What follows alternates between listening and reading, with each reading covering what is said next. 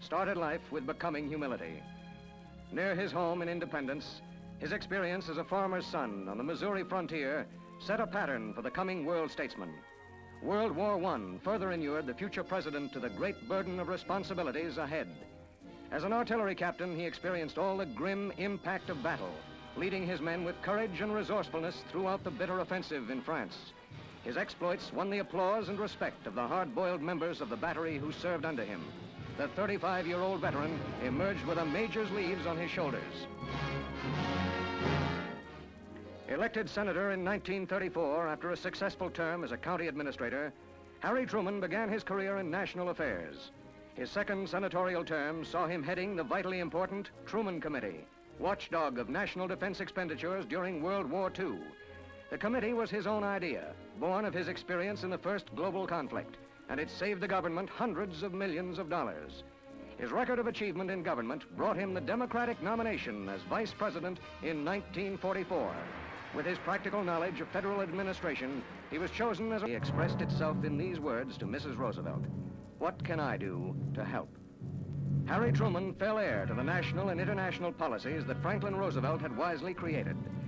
Never did an incoming executive confront a more serious and complex situation. His character as a leader and his feeling for teamwork was graphically expressed in his opening message before members of the Congress.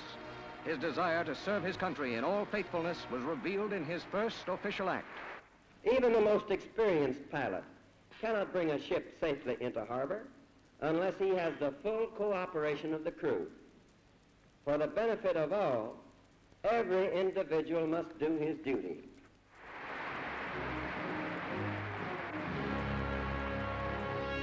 The final phases of World War II in Europe brought no lessening of the president's problems. The signing of the armistice called forth cheering throngs, hysterically happy that victory in Europe had been won. But Harry Truman had yet to make his humane decision to loose the atom bomb in order to save countless thousands from death in battle on Japanese beachheads. When the Japanese surrendered and hostilities finally ended, the peace which the world hailed so eagerly was yet to be accomplished. Pyramiding the president's tasks were the reorganization of our domestic economy and the building of a system of international relationships to restore world harmony. Post-war chaos, hunger, and disease were still to be overcome. Following in the footsteps of the late Franklin D. Roosevelt, President Truman fostered the United Nations as an instrument for the United Nations reveals. You members of this conference are to be the architects of a better world. By your labors at this conference, we shall know if suffering humanity is to achieve a just and lasting peace.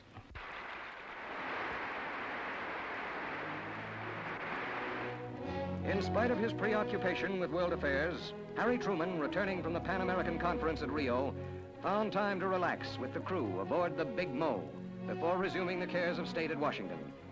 No one is happier with just folks than Mr. Truman, whose humble country background endowed him with a deep spiritual integrity.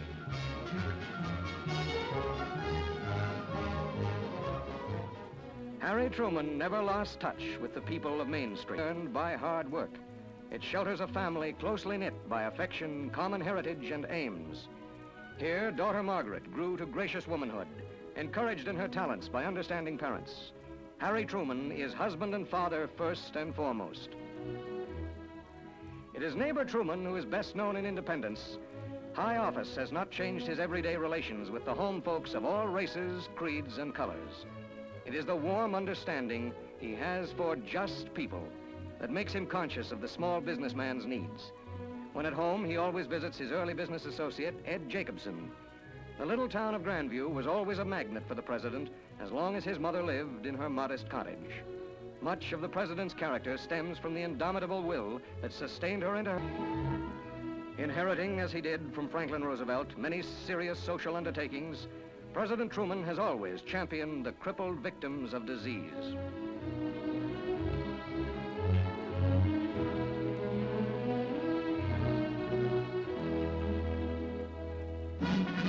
From his earliest National Guard days, President Truman always maintained the closest kinship with his buddies.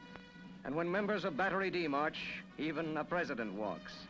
Battery members recall vividly that Captain Truman never asked a man to do anything he wouldn't do himself. He has been close to veterans, to their social activities, and particularly to their problems.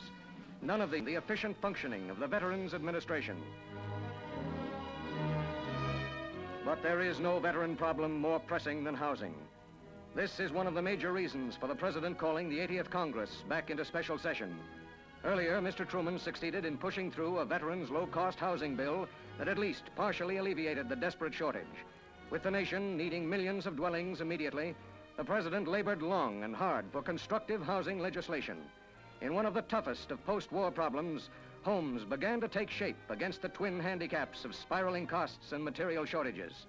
To fight the high cost of living, he offered a 10-point program. As he said, high prices are not taking time off for an election.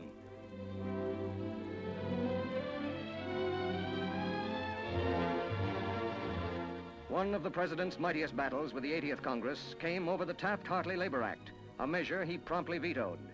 Courageously, President Truman said, "We must make the government a friendly defender of the rights of all Americans. Again, I mean all Americans." Therefore, he acted on a civil rights program recommended by Bishop Sherrill, head of the Civil Rights Commission. Mindful of the good neighbor policy, the President has made many such warm friends as President Oleman of Mexico. The first to recognize the Provisional Government of Israel, he received from President Chaim Weizmann the sacred Torah presented on behalf of a grateful new nation.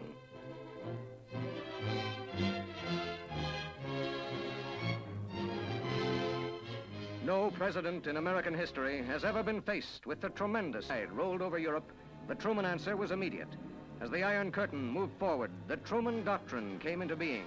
Aid to Greece and Turkey, followed by the European Recovery Program, the Marshall Plan, a program that is checking the red advance on many fronts.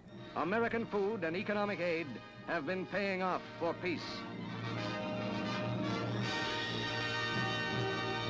As America eyes the future with anxiety and watches the steadily rising tide of dissension abroad, the nation's leader is confident we can and will win the peace, and he puts his creed in these words. Peace, my friend, is the goal of my public life. I'd rather have a lasting peace in the world than to be President of the United States. The story of Harry Truman, farmer, soldier, humanitarian.